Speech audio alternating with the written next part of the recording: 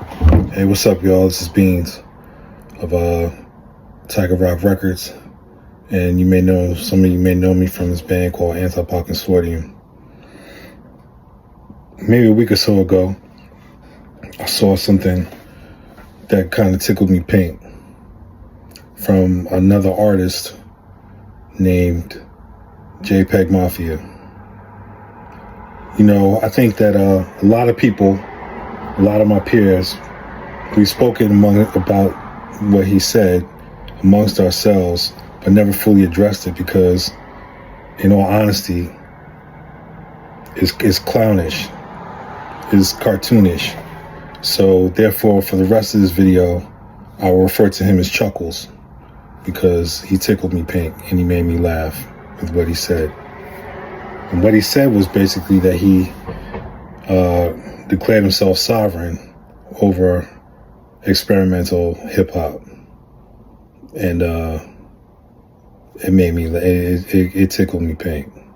Again, to reiterate that, one of the things that made me want to do this video was basically people's response to it. Specifically, there was one guy who I like, who his name is They Killed Ryan, and he basically goes and does like deep dives into various aspects of the culture, whether it be a person or a movement. And his response to the JPEGMafia statement was that isn't all music experimental at its core? And that made me realize that a lot of people do not have a clear understanding that this specific music is a subgenre of hip hop.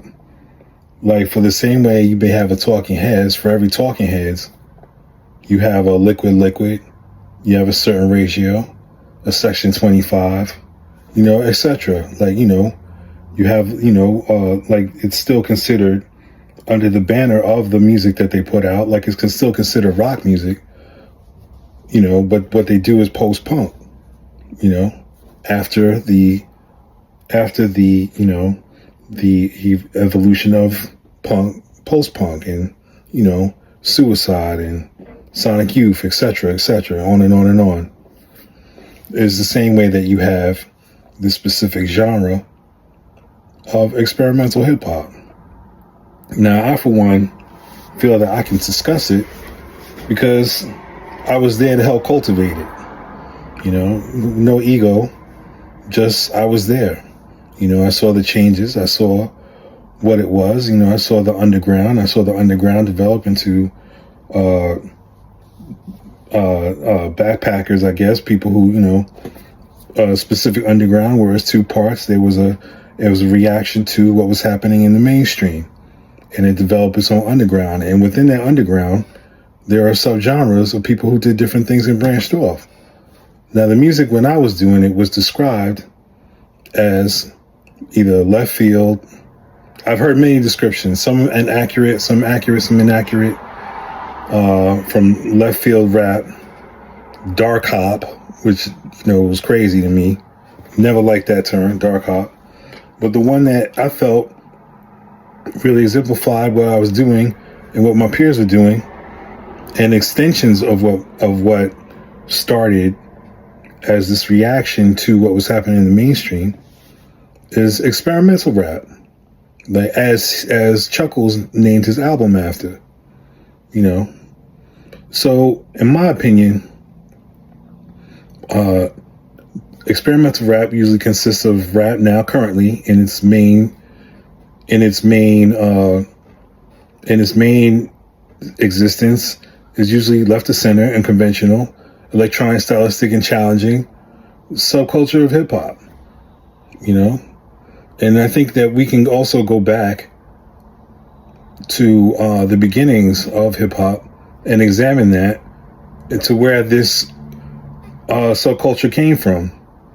Like, for example, like we all like, I've seen some people say that, the top of the pyramid of experimental rap is, Dell, Doom, Earl Sweatshirt, and I forget, there was one other person, without really going back and seeing that this specific genre goes all the way back to the origins of hip hop. Like, for example, Doom isn't the first one to wear a mask in hip hop. There was a group called Twilight 22 who did a song called Electric Kingdom. They wore pointed hats like the Ku Klux Klan, and they were black. The black pointed hats like the Ku Klux Klan, and they never showed their faces. Like, you can't even see what they look like now, what they've ever looked like. And they played live synths and drum machines on stage. So even before Anti-Pop tried to introduce that in what we were doing in the 90s, there was already a group that preceded that with Twilight 22. So all these things have origins. You know what I'm saying? So when you say that, isn't all music experimental, it has an origin from where it comes and stems from. Like, for example, some of the rappers who rhyme like in this specific genre tend to rhyme like, with a certain cadence, a speeded cadence, like really fast over the beat. That honestly comes from, or you could trace back to the Treacherous 3 with the new rap language. So what they was doing, and Treacherous 3, Spoonie G, new rap language on Enjoy Records.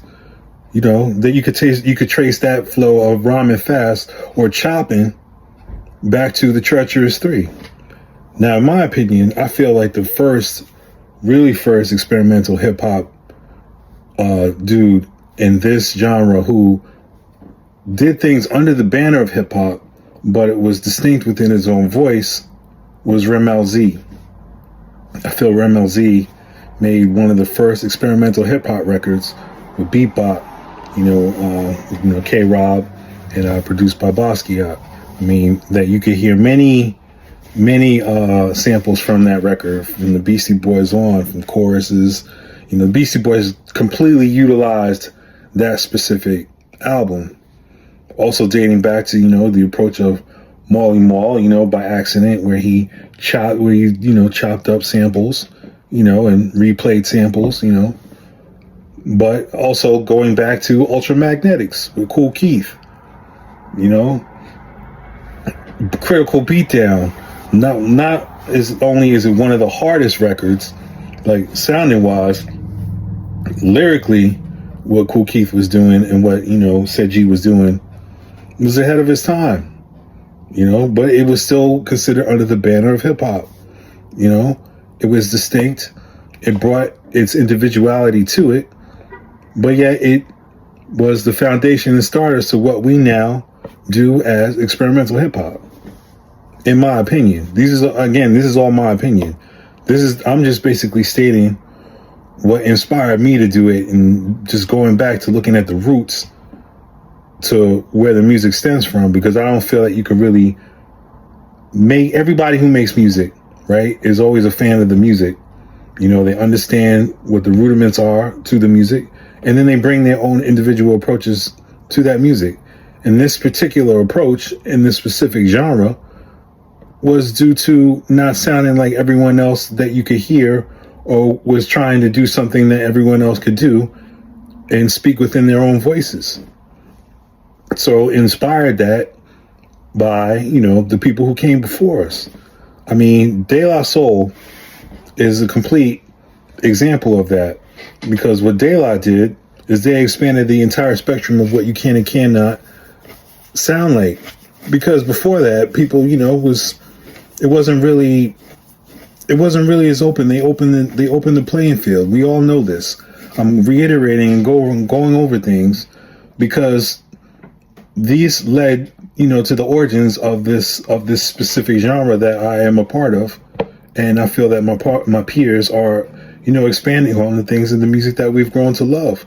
So I'm going back and I understand it, because I feel that a lot of young people, specifically in music now, when they feel that the music before them is dated.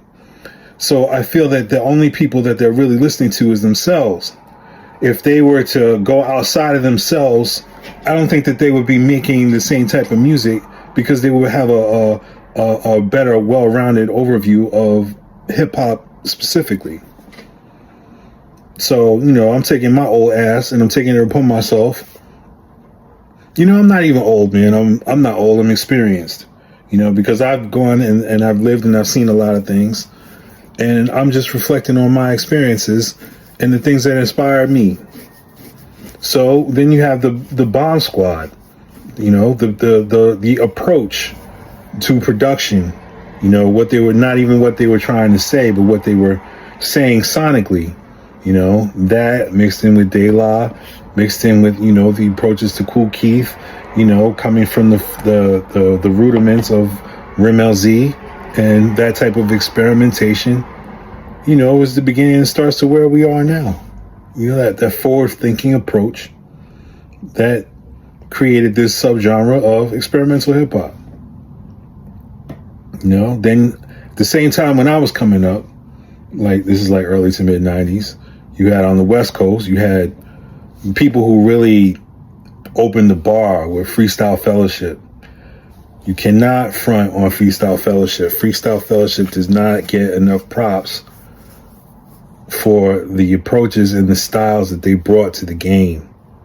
You cannot talk about experimental music, experimental hip hop music, without mentioning Freestyle Fellowship.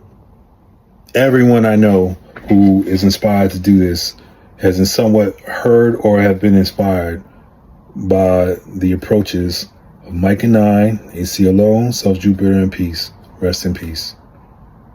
Because at the same time that people in New York were gathering around the Fez and the Time Cafe, the good life was happening, and they were expanding on things that they heard and using those jazz stylistic approaches to hip hop, So there's a song, Cloudburst, by Lambert, Hendrix, and Ross. John Hendrix did this song called Cloudburst in the 40s. If you go out and you talk to people from, the Good Life or Good Life Amalgamation or Project Blow, they all are familiar with this song, Cloudburst. Cloudburst has very much laid the foundation for that type of stylistic flow. You can't speak and understand Freestyle Fellowship without understanding the John Hendrix song Cloudburst. Now, when I was growing up, when I was getting up, I heard Freestyle Fellowship, specifically AC Alone's solo My Fantasy, and Organized, Confusing, Releasing Hypnotical Gases on this, like, back to back. That changed my life. Those two songs right there changed my life. That to me was what inspired me to move forward to try and introduce new things, specifically in my own approach, that, this was the beginning of something. This is the beginning of something. Then you have Raucous. Raucous laid kind of a blanket for like an underground, like a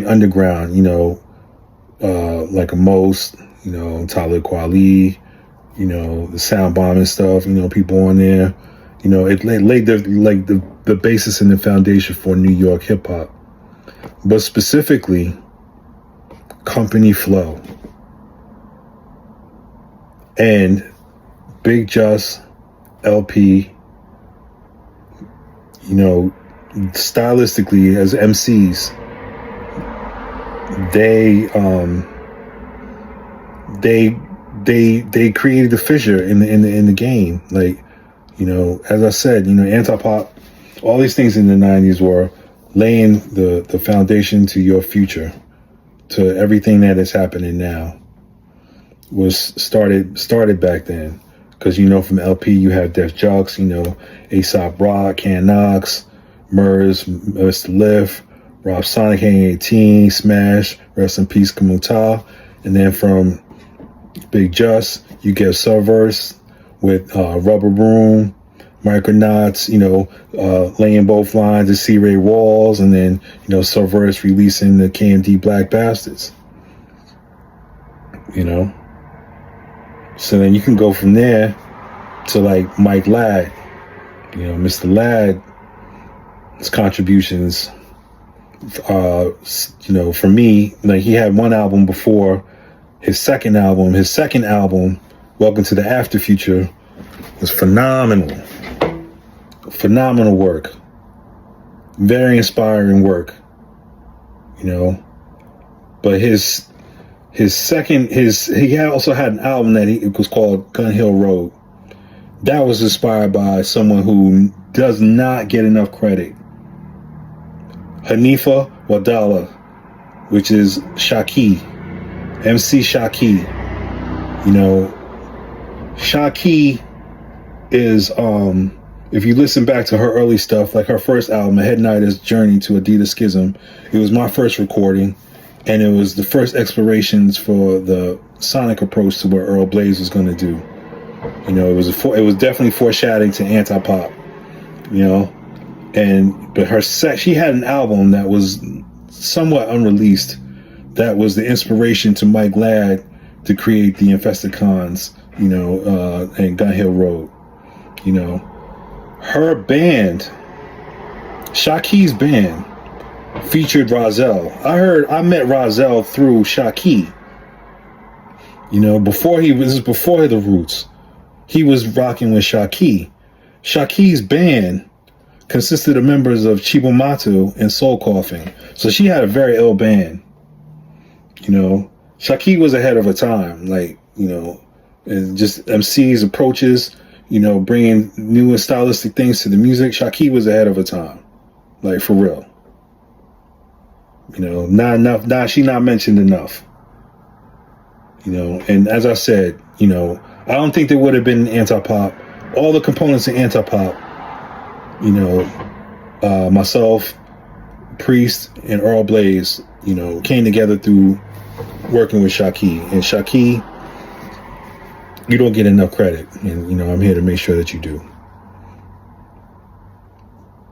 And the album that really, really, really, really was one of the most adventurous albums at the time, in the mid-90s, early 90s that I heard, was through my man, rest in peace, the R&R, Ronnie Archer.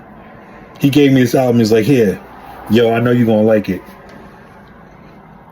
I was familiar with this dude from, his work through, working with Ice-T stuff, Ice-T, the Ron Syndicate stuff. But Divine Style's second album, Spiral Walls Containing Autumns of Light. Incredible record, incredible work. It predates,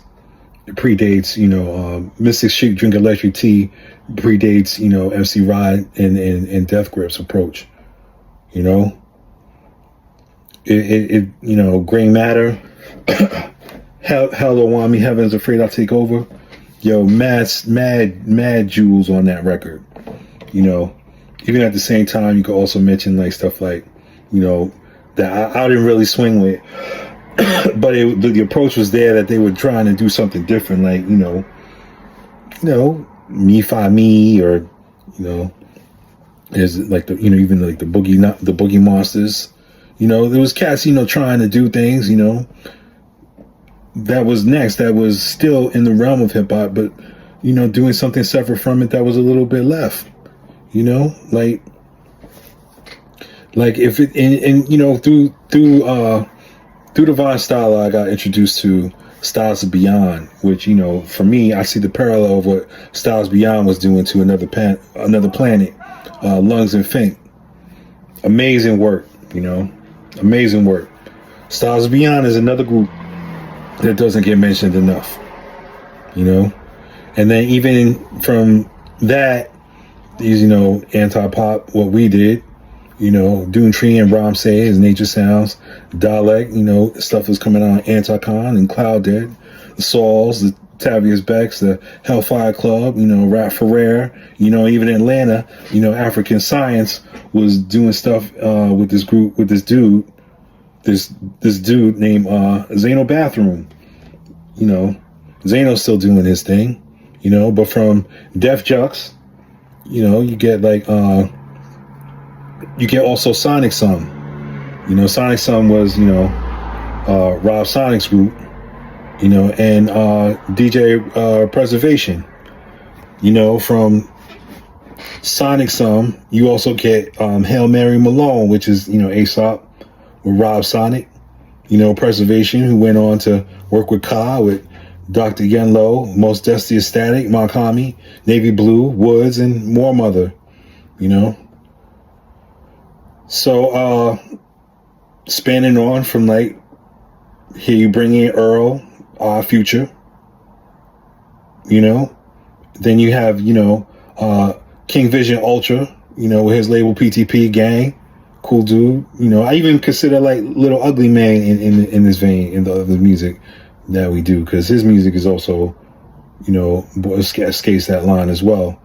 Some of the new artists is like, like Nakima, Black Chai, production wise, Sasko, Snot Nose Salim, Kill Vanguard, Joaquin Fox, Shamar, Hester Valentine, Sun Moody, KLG Kurji, Broski. I hope I'm pronouncing that right. Fantasy Academy, and with Will Hunt, they have another side group called Big Immaculate, which leads us to present day, with Backwoods, Woods, who, came under the tutelage of Vortal from Cannibal Ox. See, it's all following a lineage, from Def Jux to Backwoods to, Fused Arrow, or Steel Tip Doves label, it's all following a pattern and to what is this subgenre of experimental hip hop.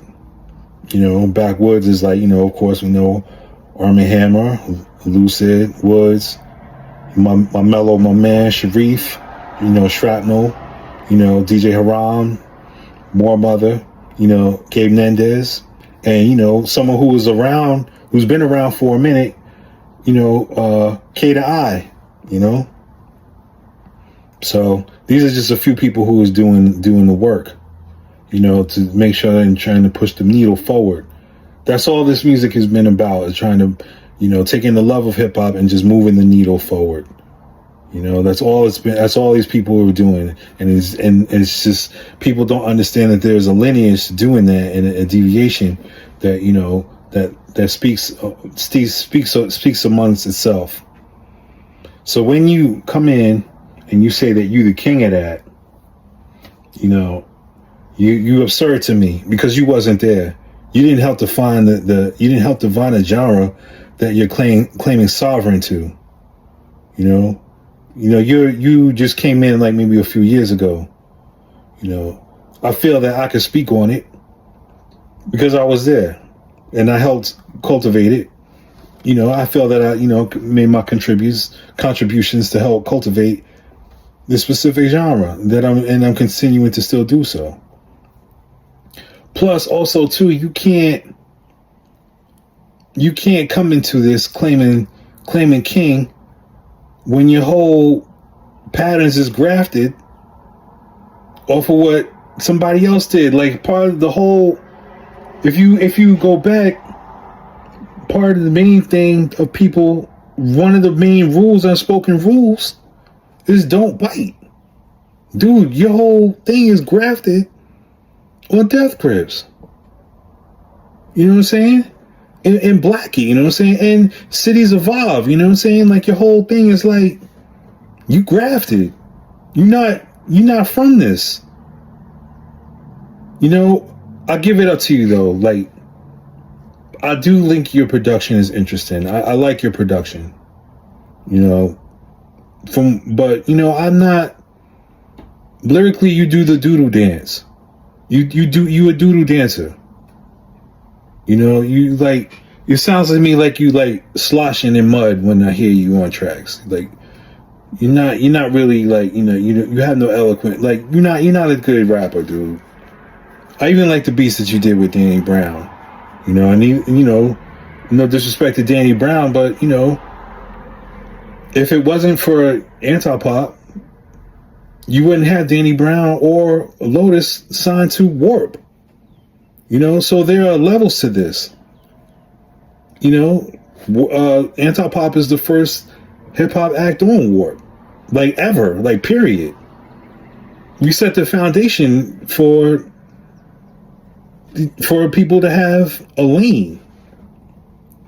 So you're going to tell me that because you named your album, which is a good marketing ploy, to be honest. I mean, you got people talking about it, and debating it. You going back and forth with Earl about it, but this ain't that. As I said earlier, like, my peers and I have spoken on it. But the only reason, again, that I'm reiterating this is because I just want people to understand that there's a lineage to this. I want to talk about the people who haven't been spoken on, or the people you may not know that much about. But I just wanted to give them, their credit for helping establish this movement. And if there is a king in this whole thing, due to past achievements, continuing contribution and influence, I would say like LP, would deserve that due to what he brought to the game and what he contributed. I would give LP that, like, humbly speaking, I would be like, yo, if but he not corny. He would never say that because he not corny. It's corny, dude. It's corny. But he ain't corny, so he would never say that. But if he were to say that, I'd be like, all right. All right.